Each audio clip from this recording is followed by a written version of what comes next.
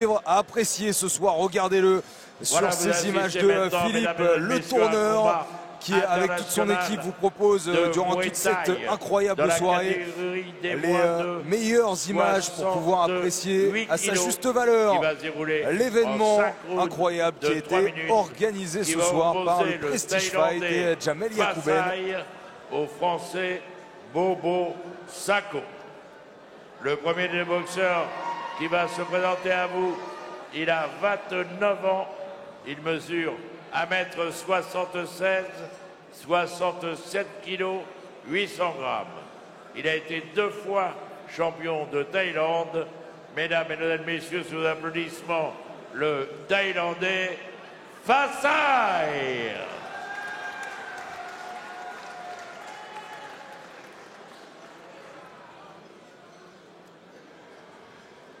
Voilà, son CV a été rapidement décliné par Daniel Alouche. Un peu trop peut-être, non? Peut-être un petit peu trop. Allez, on va poursuivre, on va creuser un peu avec les informations habituelles de notre ami Serge Trefeux du site samfightmag.com, présent d'ailleurs dans la salle pour couvrir cet événement. Alors, il vient de Kanchanaburi, dans la région centre, et s'entraîne au camp Changjim, qui est à Phuket, et plus précisément à Kata Beach. Ce camp a été créé par un Suisse du nom de Didier Martineau.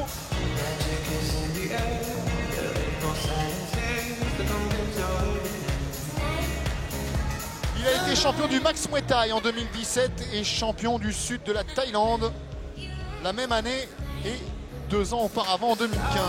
En août 2017, il a remporté cette ceinture Max Muay Thai en moins de 70 kg contre le Thaïlandais Namkabwan Kietnawi, qu'il a mis KO lors du premier round. Toujours Max Muay Thai, il a également battu l'Américain Warren Stavon. Et les Thaïs Abbas Luxwam, Konkrat, Cobra Muay Thai. 1m81, 67 kg, 800 grammes.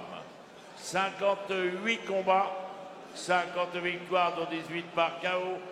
Il a été 4 fois champion de France de Muay Thai, 2 fois champion d'Europe de Muay Thai et 2 fois champion du monde de Muay Thai. C'est un de nos grands champions français qu'on accueille ici à ce grand hôtel intercontinental.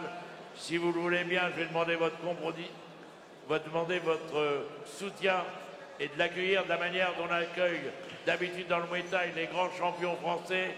Mesdames, mesdemoiselles, messieurs, pour l'accueillir, on va tous se lever. Allez, debout, debout, et ça ne fait pas de mal pour la digestion. Debout, le salon intercontinental, pour accueillir un de nos grands champions français, Bobo Sacco.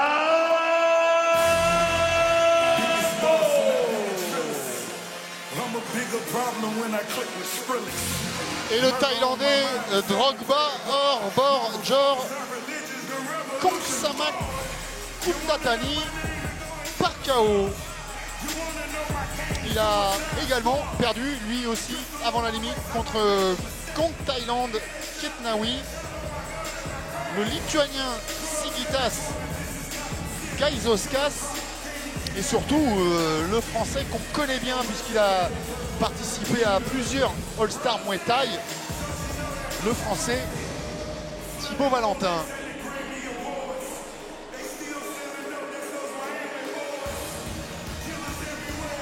Allez, il y aura la team Bilos, la team du mai, comme tout à l'heure, dans le coin, mais elle va être renforcée d'un élément.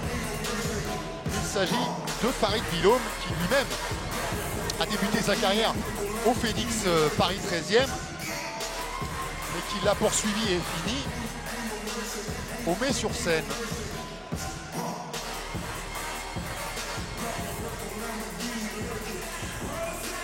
En tout cas, après l'accueil de Daniel Alouche, qui a demandé à cette salle de se lever pour Bobo Sacco. Bobo Sacco a aussi eu droit à l'escorte de Jamel Yacouben pour arriver jusqu'au ring.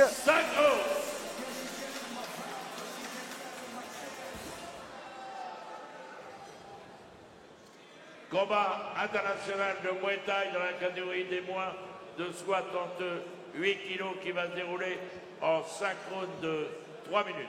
L'arbitre est l'arbitre international, Monsieur Guider. Dans le coin bleu, le Thaïlandais Fasai.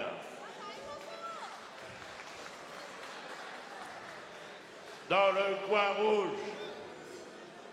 Et les Thaïlandais qui, comme bien souvent, ont énormément de combats au compteur. C'est le cas pour Fasai, 152 pour 107 victoires. C'est vrai qu'il est très rare de voir un boxeur du reste du monde avoir plus de combats à son palmarès qu'un combattant thaïlandais. Et ça se confirme aujourd'hui encore avec Bobo Sako qui lui compte 58 combats avec un superbe ratio de 50 victoires.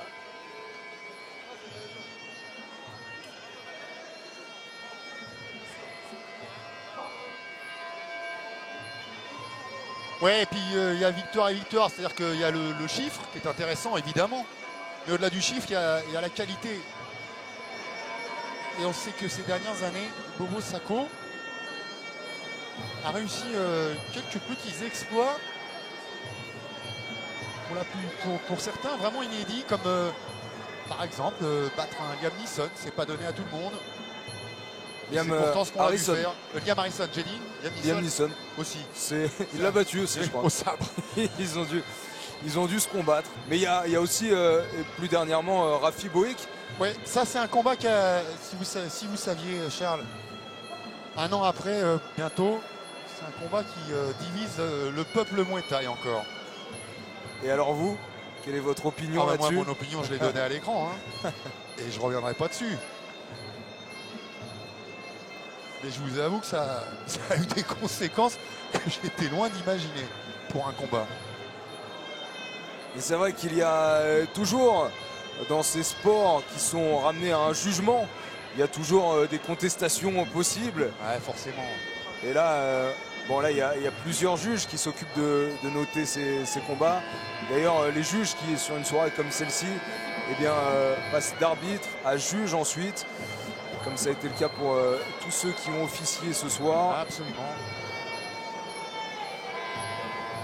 Mais forcément, en fonction aussi de là où on combat, si on est à domicile ou à l'extérieur, ça peut influencer les juges. Si on est challenger ou favori. Si on est en France ou en Thaïlande. Notamment.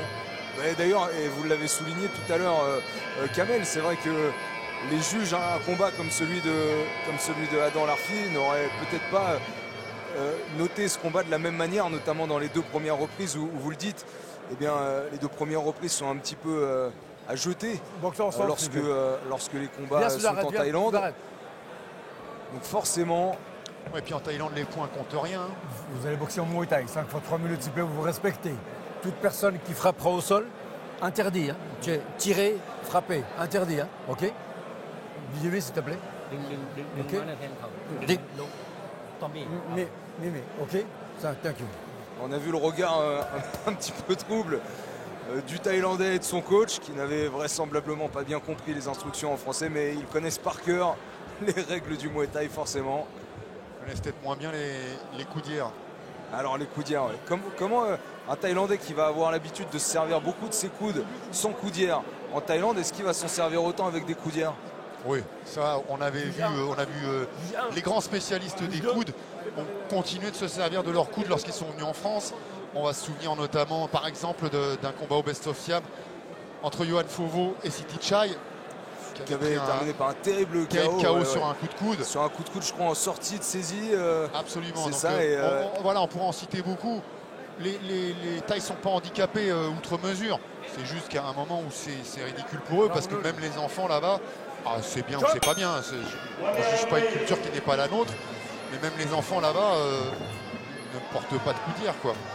Moi, je pense que les coudières, c'est nécessaire pour un apprentissage, c'est nécessaire en fonction de l'âge dans lequel on pratique ce sport qui reste un sport de contact, un sport de combat. C'est pas du ping-pong ou de la natation. Mais il y a un moment où quand les combattants sont internationaux, où ce sont des professionnels, où ils ont une quarantaine de combats derrière eux, voilà, ils savent ce qu'ils font et finalement la coupière ne protège pas tellement plus que ça. On a un gaucher, un droitier pour la première fois ce soir sur le ring. Bobo étant droitier et le taille le point droit en avant. Il est donc fausse garde comme on dit.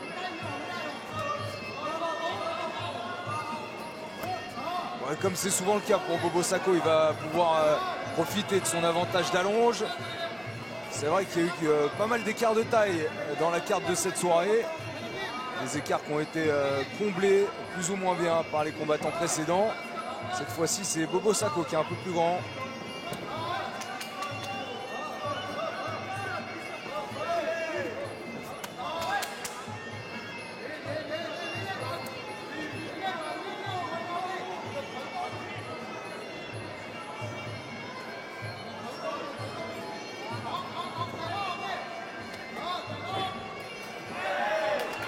C'est son point Bobo, il le prépare avec le bras avant, point arrière évidemment.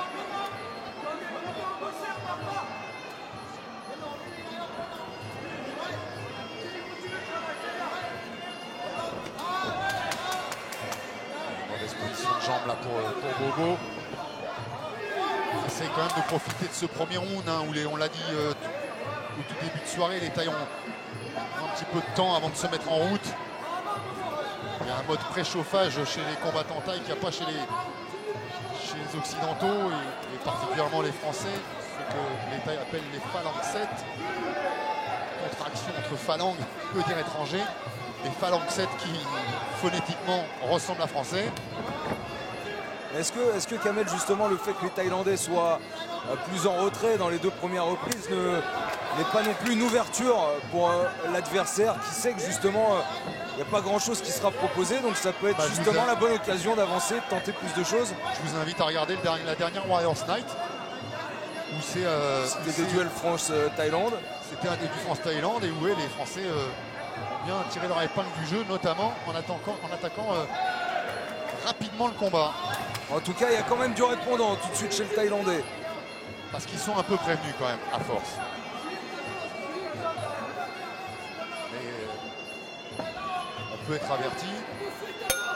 Et pour autant, ne pas pouvoir mettre en pratique des précautions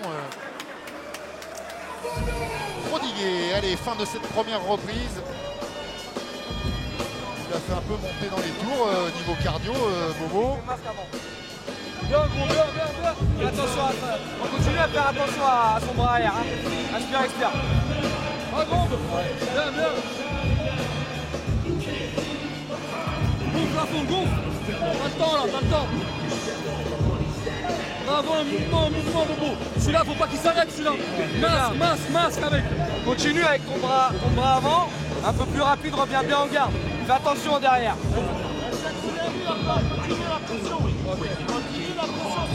Ok. Tu vois bien que quand il continue, il me fait travailler. Et il rentre dans ton rythme à toi. Et après, il commence ils ne sont plus nombreux à être dans les vestiaires désormais.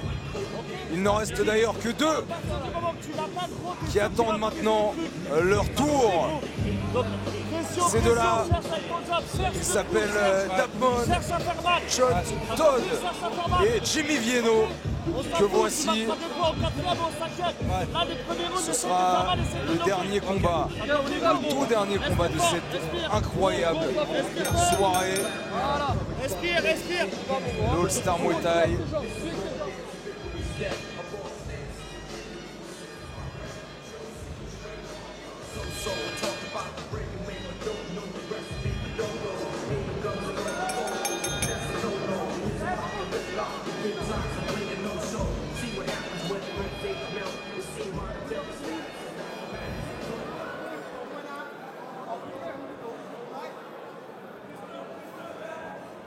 Round 2.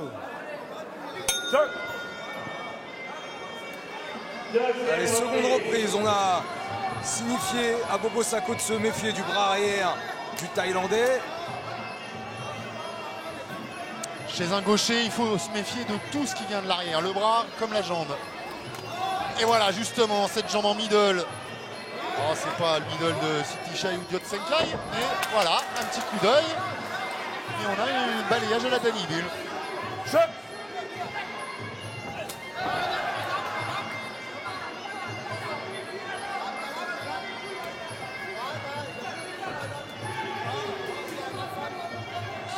bien lever les points parce qu'il n'hésite pas à servir de son anglaise. Ça saille. Il gêne, regardez, avec son bras avant, il gêne le Thaïlandais Bobo Sako. Sans faire bien mal pour le moment, mais quand même, voilà, lorsqu'il passe, cette fois-ci c'était à nouveau avec le bras avant.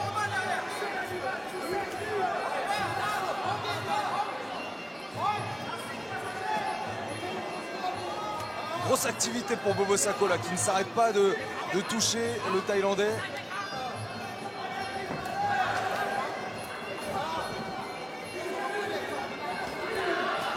Il a tenté de changer de zone en attaquant au corps. Absolument, avec l'hypercute du bras avant. Il ne faut pas qu'il le suive, Bobo, il faut qu'il lui coupe la route.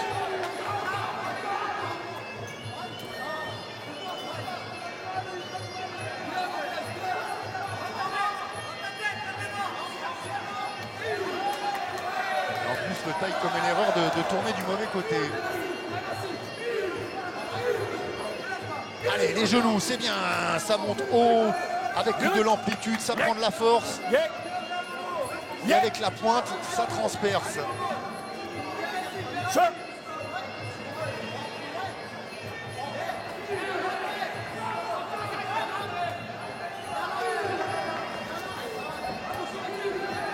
Il a tenté aussi l'uppercut. Il y a beaucoup de variétés. Il est difficile pour le Thaïlandais de il est touché. Savoir d'où ça va venir. Touché face à... touché sur un coup de coude. Et fini, terminé, achevé sur un coup de genou. Là, ça va être terminé, regardez le visage. Totalement ailleurs. Mais non, il va se relever malgré tout. Pour combien de temps? Pour combien de temps? Va décider l'arbitre. Le corps est là, l'esprit est déjà rentré à Bangkok. Sa seule chance, c'est qu'il ne reste qu'une vingtaine de secondes. Dans cette seconde reprise, peut-être va-t-il pouvoir rester debout? Non. Et voilà, de nouveau au corps, c'est le foie. Et le foie. C'est terminé, c'est fini. Zone terrible là, pour encaisser des coups le foie. Ça sert plus à rien de compter. Malgré le fait que la tête soit encore là, lorsque le foie est touché, il est bien trop difficile de pouvoir se relever. Et du coup, on n'ira pas à 30 ce soir, Kamel. Ce combat s'arrête à la seconde reprise. Et donc Bobo Sako, qui a vraiment fait une seconde reprise incroyable, très actif, notamment avec son bras avant dès le début du round. Et finalement, il est venu piquer le Thaïlandais au foie jusqu'à le mettre KO. Performance, prestation chirurgicale pour Bobo Sako. C'est plus les points, c'est les lasers. Ouais, les genoux en sont aussi des lasers. Il est au-dessus, il a lâché, il est tombé. Il est tombé, Et même après le premier voyage au tapis, c'était déjà étonnant qu'il puisse se relever, parce que pour moi, il était touché certes au corps, mais il était déjà touché aussi à la tête. Oui, c'est vrai qu'il avait la bouche ensanglantée, il avait pris des coups aussi sur cette zone. Et là, le genou qui est venu monter bien haut, bien vite. Le coup de gauche, bien arrivé à la tempe aussi. Il y a eu des uppercuts avant, bref, il l'a rempli comme il se doit. Mais là, regardez, et là, il a réussi et c'était, comme vous l'avez dit, chirurgical. Regardez cette zone, le genou qui est venu toucher pour derrière se retirer, mais il était déjà au sol. Déjà au sol, le Thaïlandais.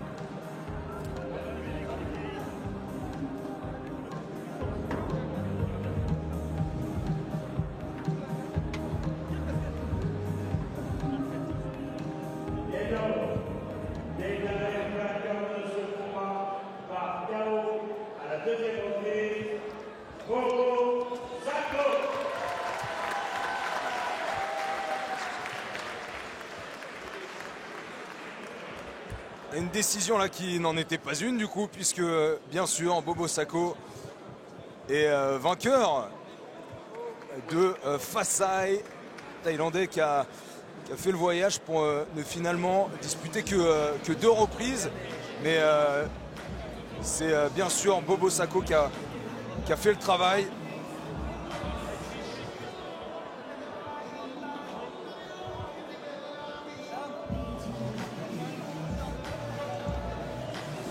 Et d'ailleurs, Bobo Sako qui, une fois les photos faites avec son équipe, avec son clan, va nous rejoindre sur le bord de ce ring pour ses impressions à chaud, Kamel, de ce combat rondement mené.